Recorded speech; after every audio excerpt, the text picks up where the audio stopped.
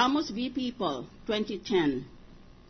The elements of falsification of commercial documents are, number one, that there be an alteration or a change or intercalation or insertion on a document, that it was made on a genuine document, that the alteration or intercalation has changed the meaning of the document, and that the change made the document speak something false. That's the Supreme Court speaking on what is a falsified document.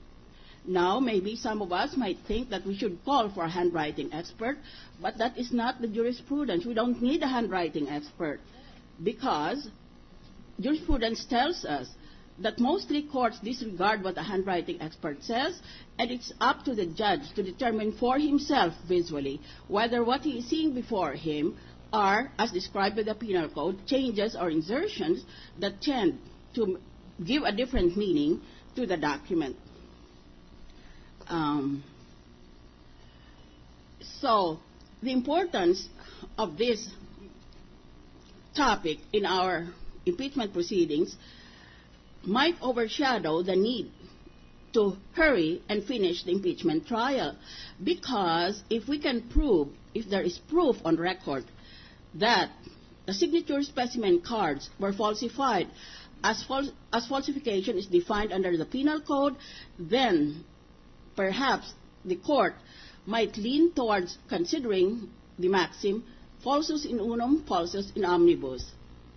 It is not relevant to say, anyway, the people responsible will have to be accused in a criminal case, and so you have to find somebody who will file an accusation against them. That is completely irrelevant. The question before the impeachment court is, does this Latin maxim, false in one particular, false in all particulars, apply to the instant specimen cards? Thank you. Thank you. Majority Floor Leader. What's the pleasure of the counsel for the defense? Thank you, Your Honor. Your Honor, please, before we start today's proceedings, may I be allowed to make a short manifestation, Your Honor? Proceed, you have 2 minutes. I would like to appeal, Your Honor, to this honorable body for a re-examination, Your Honor, of Rule 17, Your Honor, of the impeachment court, Your Honor. The rule reads as follows. If a senator wishes to put a question to a witness, he or she shall do so within 2 minutes. A senator may likewise put a question to a prosecutor or counsel. He or she may also offer a motion or order in writing, which shall be submitted to the presiding officer.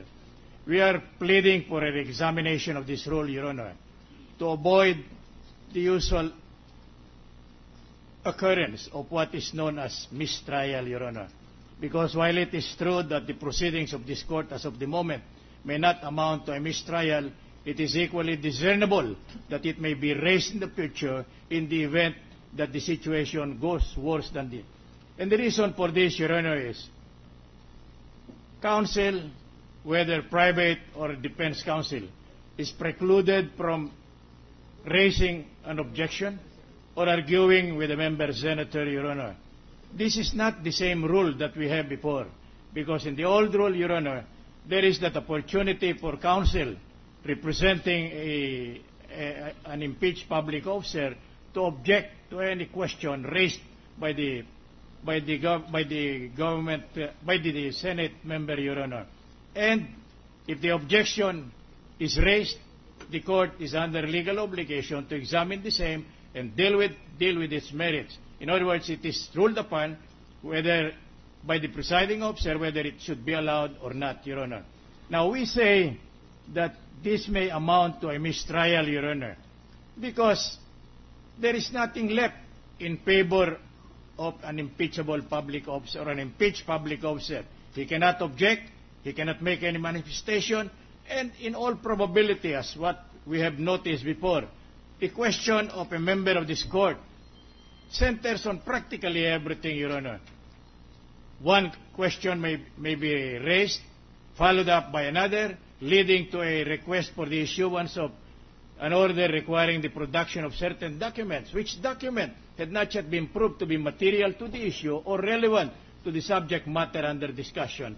Under such a situation, Your Honor, notwithstanding the fact that the counsel or the defense counsel in this particular instance moved for a denial of the motion, still the order is granted, a subpoena is issued, and notwithstanding the fact that a motion for the dissolution or quashing of the subpoena is made, it may likewise be overruled. Under such a situation, we have no other recourse before this honorable court, Your Honor, and probably the only recourse is to go to the Supreme Court of the Republic of the Philippines. Now, that will be rather not only burdensome, but almost a nullity as a remedy, because it will take time before preparing the necessary pleadings, before the same is scheduled before the appellate court, and before any action can be made on the matter. In other words, we may come into a situation where the Tagalog, aanim pa ang kabayo, aanim pa ang damo kung patay na ang kabayo. If the remedy may be granted later, but the proceedings went on, and there is that violation of the constitutional rights of an accused, we submit, Your Honor, that these are reasons enough to warrant our plea for a re-examination of this particular provision, Your Honor, not to favor the defense, much less the prosecution, Your Honor, but so justice may be done, Your Honor, and to avoid what is known in law as a mistrial, which may ultimately result in the nullification of all the proceedings that were held under the old rule, Your Honor. We believe that this is not only asking justice for the defense, but likewise for the prosecution, because the question of the member senator, Your Honor, may be favoring the defense. Not all the time the prosecution, or it may be favoring the prosecution.